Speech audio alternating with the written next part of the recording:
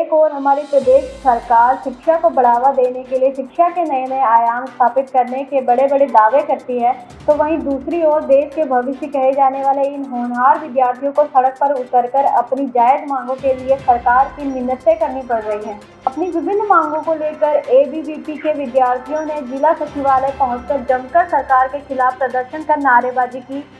रेवाड़ी के अग्रसेन चौक स्थित राजकीय महाविद्यालय रेवाड़ी के उन सैकड़ों छात्र छात्राओं की जिनकी क्लासें पिछले लंबे समय से राजकीय सीनियर सेकेंडरी स्कूल के मात्र 5 कमरों में चल रही है, जिनमें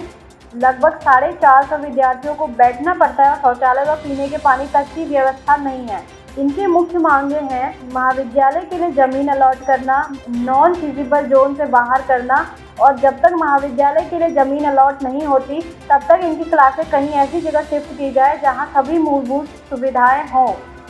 अखिल भारतीय विद्यार्थी परिषद के सभी छात्रों ने प्रशासन व सरकार को चेतावनी भरे लहजे में कहा है कि यदि इनकी मांगें नहीं मानी गई तो यह कॉलेज गेट पर ताला लगा के अनिश्चितकालीन धरने पर बैठ जाएंगे, जिसके लिए यहाँ की प्रशासन और सरकार जिम्मेदार होगी। मैं इस पे यही कहना चाहूँगी कि हमारी जो ज़मीन अलॉट की थी, अगर उसी फैसले के हिसाब से चले तो शिक्षा को ये सोचना चाहिए कि जहाँ आप ये कह रहे हो कि एक साइड शिक्षा देनी चाहिए लड़कियों को भी और वैसे भी, और यहाँ पे आप हमें हमारी ज़मीन नहीं दे रहे, 5 कमरों में हम कैसे वो करेंगे। यहाँ तक कि अगर आप शिक्षा को बढ़ावा दे रहे तो हमारे लिए भी सारी सुविधाएँ करो, ज़्यादा नहीं थोड़ा तो ऐसा करो कि हम अपना अच्छे से पढ़ सकें, आगे वाले बच्चे पढ़ सकें। हमारे टीचर्स कम है, स्टाफ रूम्स कम है, यहाँ तक कि लाइब्रेरी नहीं है, बुक भी कम मिल रही है, यहाँ तक रूम क्लासेस भी कम है। अब ऐसे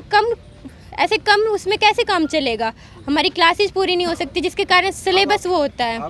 आज जो राजकीय महाविद्यालय रेवाड़ी के विद्यार्थी यहाँ पर माननीय डीसी साहब को ज्ञापन देने के लिए इकट्ठा हुए हैं, इसका मुख्य कारण ये है कि राजकीय महाविद्यालय रेवाड़ी शहर का एकमात्र कोएड एजुकेशन कॉलेज है जो अभी स्कूल बिल्डिंग के अंदर चल रहा है, जिसमें 454 विद्यार्थी शिक्षा ग्रहण कर रहे हैं। पीछे ही राजकीय महाविद्यालय रेवाड़ी को नॉन फिजिबल जोन में डाल दिया गया था, जिसका मतलब ये है कि जिस महाविद्यालय के पास ज़मीन नहीं है उसे अगले साल बंद कर दिया जाएगा। तो आज विद्यार्थियों की मांग यही है कि राजकीय महाविद्यालय रेवाड़ी को नॉन फिजिबल जोन से बाहर किया जाए। दूसरी मांग इसमें यह है कि राजकीय महाविद्यालय रेवाड़ी को ऐसी जगह स्थानांतरित किया जाए जहां सभी मूलभूत सुविधाएं हों, जहां 454 विद्यार्थी आराम से आसानी से शिक्षा ग्रहण कर सकें और वहां पर वॉशरूम हो, प्लेग्राउंड हो, लाइब्रेरी हो, प्रैक्टिकल लैब हो, इन सभी चीज़ों की सुविधाएं हो। इसके लिए पहले भी जगह चिन्हित की गई थी, फिर क्या रहा कि क्यों नहीं बन पाया वो? इसके लिए पहले सेक्टर 20 के अंदर सरकार ने 10 एकड़ भूमि देने की बात की थी, परंतु उसे कैंसिल करके